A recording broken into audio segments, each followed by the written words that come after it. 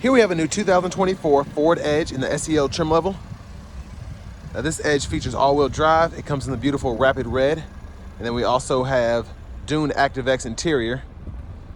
Now the powertrain of this Edge consists of a 2-liter twin-scroll turbocharged 4-cylinder. That's mated to an 8-speed automatic transmission.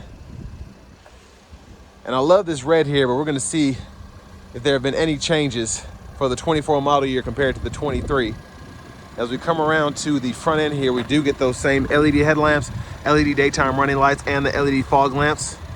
Love the look here. We also get the convenience package on this one. I'll show you what that includes on this Edge in particular. I think we get the universal home remote as well as the power lift gate, a few other options. Now down here to the wheels, we do get 18-inch aluminum. And this does kind of look good on this red. It's not my favorite design there, but on this red, it kind of pops. And we get passive keyless entry on the front, power door lock controls here. We have one-touch automatic up and down windows for the front, regular power windows for the back, rear window lock here, power mirror controls are there, bottle holder, map storage. Headlamp controls are there. We can set that to auto, low beams, corners off, and then we can toggle the fog lights there. And then the traction control system, we can toggle that on or off, and there's that power lift gate there. Hood release. And we do have a manual tilt and telescoping steering wheel. Lock that back up. And here we have our power driver's seat with 2-way power lumbar support. And I have that seat up front adjusted for someone of my size, being 6'3" with longer legs.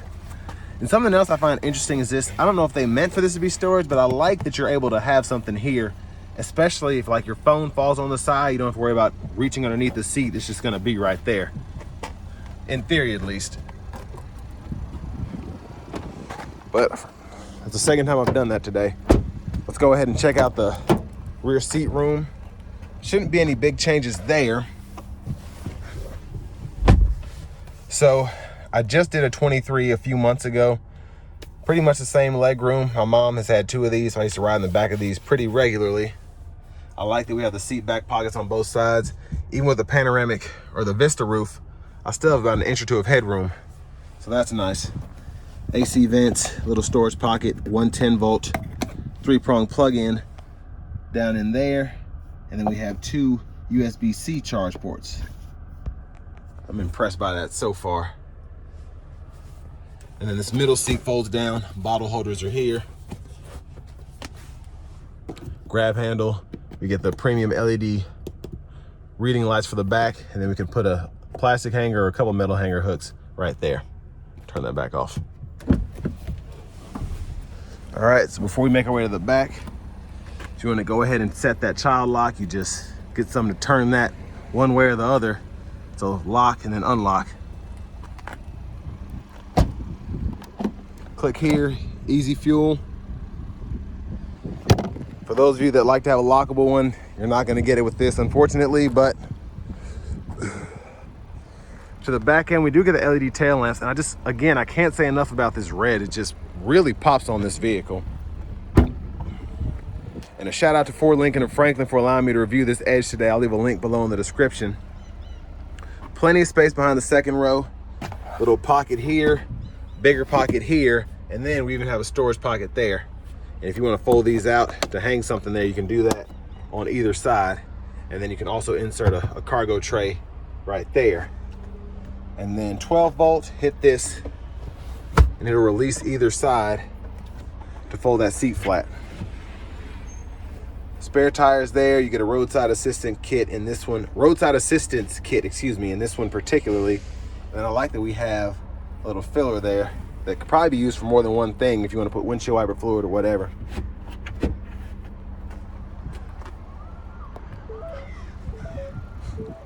Now, as we come around to the rear passenger side, I'm going to show the window sticker here first so y'all can see what comes on here.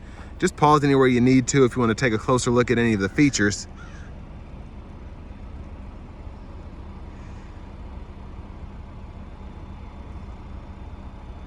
And then those extras there, again, we get that rapid red, it's $495. Heated steering wheel's $350. That convenience package includes quite a bit. And then that panoramic vista roof. Stickers right at $44,920. And for an all-wheel drive SUV this size, pretty impressed by the fuel economy. Fold this seat back up. Pretty easy to do. You just have to give it a little pressure, but anchors are right in there for the car seat. Now to this front passenger seat. Seat bottom can be adjusted, power, and then seat back is manual here. Then we have a little slide-through pocket there, lockable glove compartment, plenty of space, I think.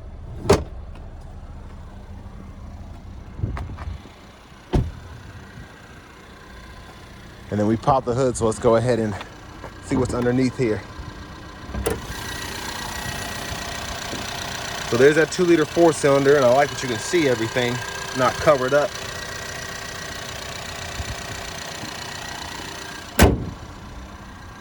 But now let's go ahead and hop in the driver's seat.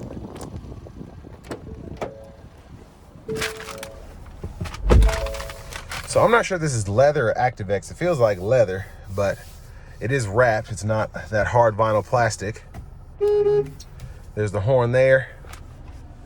Over here to the radio, you can see we have the AC gauges there, and pretty much a direct carryover from the 23 model, just having all of your stuff in the screen here. So for audio, we do get AM, FM, XM. We also get that wireless Apple CarPlay, wireless Android Auto compatibility, different games that we can play, and then all of our settings are here. So sound settings are there, vehicle settings are here, and then we have our general settings here. And within here, you can change your language if you want to. And you can also change your distance units if you want to change that from miles to kilometers. If you want to change temperature from Fahrenheit to Celsius, etc. And then software updates, a few other things. But down here we have the dual zone climate control. So within here, we can adjust where the fan speed's coming from. We can toggle that heated steering wheel there. And then we can adjust temperature down here and set that dual mode on or off if we want to. And then fan speed can be adjusted here, the defrosters, and then we have 3 stages of auto as well. And then our heated seats, we have 3-stage heated seats for the driver, front, passenger. And then again, we have another heated steering wheel toggle if you just want to get to that quick shortcut. And then to add a device, pretty easy to do. It'll walk you right through it. Search for your vehicle on your device and select it once it is found. And that's how it does it. Backup camera. Picture's not the best. It's kind of blurry actually, but you can see everything. And then the guidelines follow you as you turn the steering wheel. And down here below, you can see how close you're getting to something with these rear parking sensors. Now, one of my favorite things about this is we still have buttons for everything. Not everything has to be done through the screen. So if you want to go through audio, you can seek there, tune knob here, volume here, click there to turn the audio off, and then hit that camera button if you want to get that going. So again, nice to have at least a few buttons to use. And then the USB-C, USB-A input there. Wireless charging pad is part of that convenience package. And then for the shifter, all you have to do, turn, reverse, neutral, drive, and then you can press that S, put you in that sport mode. And then an electronic parking brake, pull up to engage, hit the brake, press down and disengage. Auto stop toggle there. Center console cubby space. Pretty deep pocket in there. Actually impressed by it. And now, let's look at these sunroof controls. First of all, we do have the premium lights up here as well, and then the universal garage door transmitter there. And then I one touch hit this sunshade, and it actually took it all the way back. And then I can slide that back, and then hit it a second time, and it goes a little bit further. So quite a bit of space there, I think. Now I have noticed that past few vehicles I've done, I don't know if it's cheaper, but I've been able to one touch open the roof but not close it. It's kind of been annoying, but not a big deal. I do like that sunshade goes all the way back with one touch. Vanity mirror. Now back to the steering wheel. Blinkers there. We do get a lane keep system, so we can toggle that on or off there. And then when the low beams are on, we can toggle those high beams and flash there. And then over here we have our windshield wiper control. So there's one time off, intermittent low, high. We can adjust the intermittent right in here, and then our rear wiper off, intermittent on, and then just push back for the rear wiper fluid, pull up for the front wiper fluid. One of my favorite things, again, about the Edge, I'm kind of a big fan about the Edge the more I talk about it, but we get these menus that we can go through on either side, excuse me. So I can scroll through here, go to settings, display setup. There's just so much you can do. You can go to the units that way as well, instead of going through the screen, fuel economy, display mode, etc. It's just, you know, a lot you can do there. And then on the right side, we can go through entertainment or our phone. So even in this menu, I can decide to go to entertainment and it'll show me what's going on there.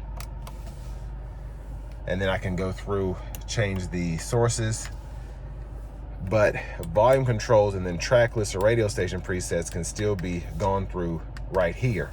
And then we have a mute button as well as a voice recognition button. And then just having the standard cruise on, off, set the speed, resume, cancel. So just very straightforward, I think. Push button starts there. Here's the key fob with remote start. We can toggle that power lift gate too. But next, let's go ahead and take this 2024 Ford Edge SEL with all-wheel drive out on the road for a test drive. So starting the test drive in this 2024 Edge, I like the overall space in here. I like that the seat is wide enough to fit my wider stature and then some. Even with this Vista sunroof, I can make the seat lower if I wanted to. Well, actually, no, it's as low as it'll go. I can scoot it back and then maybe adjust the seat back for more headroom, but I like to sit up straight while I'm driving, so this is the perfect posture for me. I still have a little bit of headroom there, even with the sunshade back, or the sunshade up, excuse me. And just a pleasant vehicle to drive overall. Now, I like how, again, just how simple this car is to drive. All of the controls are where they're supposed to be. They all make sense.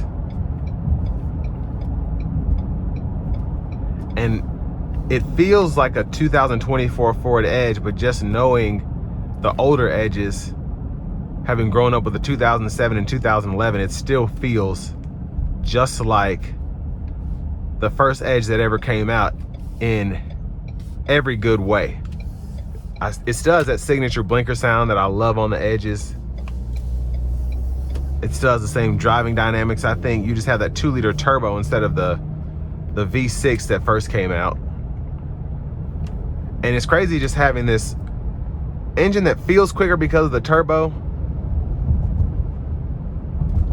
have 21 city, 28 highway. When the first Edge came out, it probably had like 17 city, 23 highway or something like that. It wasn't the best. It wasn't terrible, but this is just quite impressive, I think, to have a more fuel efficient engine that still feels at least as quick as the outgoing one.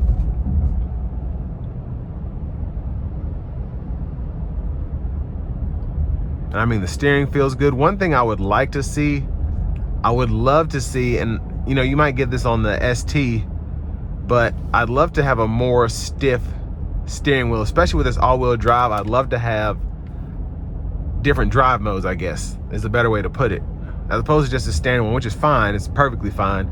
But I would just love to be able to take these corners with all-wheel drive, just have a super stiff, excuse me, steering feel to just make this feel like a sport SUV.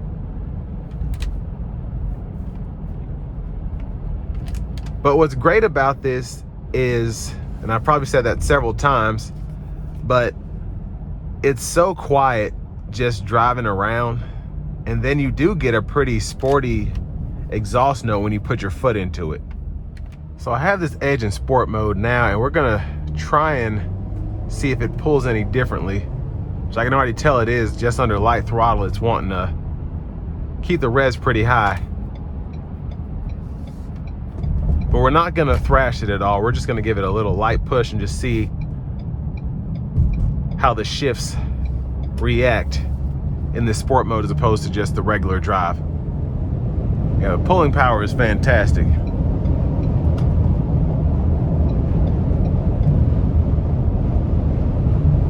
We're gonna turn on the cruise here. And we're gonna put it into the regular drive mode again. And the lane keeping system is on. So basically, it just, like I said earlier, it just kind of keeps you in the lines. It's not necessarily a lane centering system, but it does keep you from going too far over either side.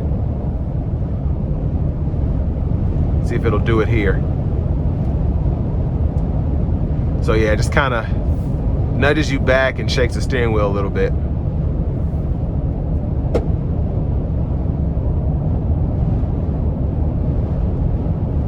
But I mean, an overall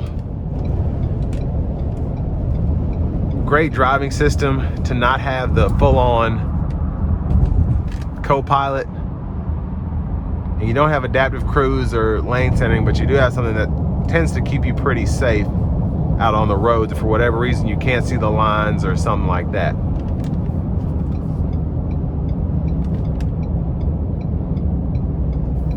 But in terms of competition, the Blazer always comes to mind for me. And then even if you want to go with a luxury vehicle, a BMW X5 or a Mazda, they still make the CX-7. I get lost with a lot of these, but I just think this is a good option for the money. Even the Toyota Venza, with that one being a hybrid, I just feel like you get more of a fun driving feel, something that looks good, feels good to drive, and is not too expensive, relatively speaking. I mean, this has your wireless CarPlay, Android Auto. You do have the optional sunroof here. And I just feel like, again, you get what you pay for, relatively speaking. But I think even after, what, 15 years, over 15 years, the Edge still holds a place where if you want something that has space, you don't need to have a 3-row SUV, but you want a big SUV that, again, looks good, definitely make sure you take a look at the 2024 Ford Edge SEL.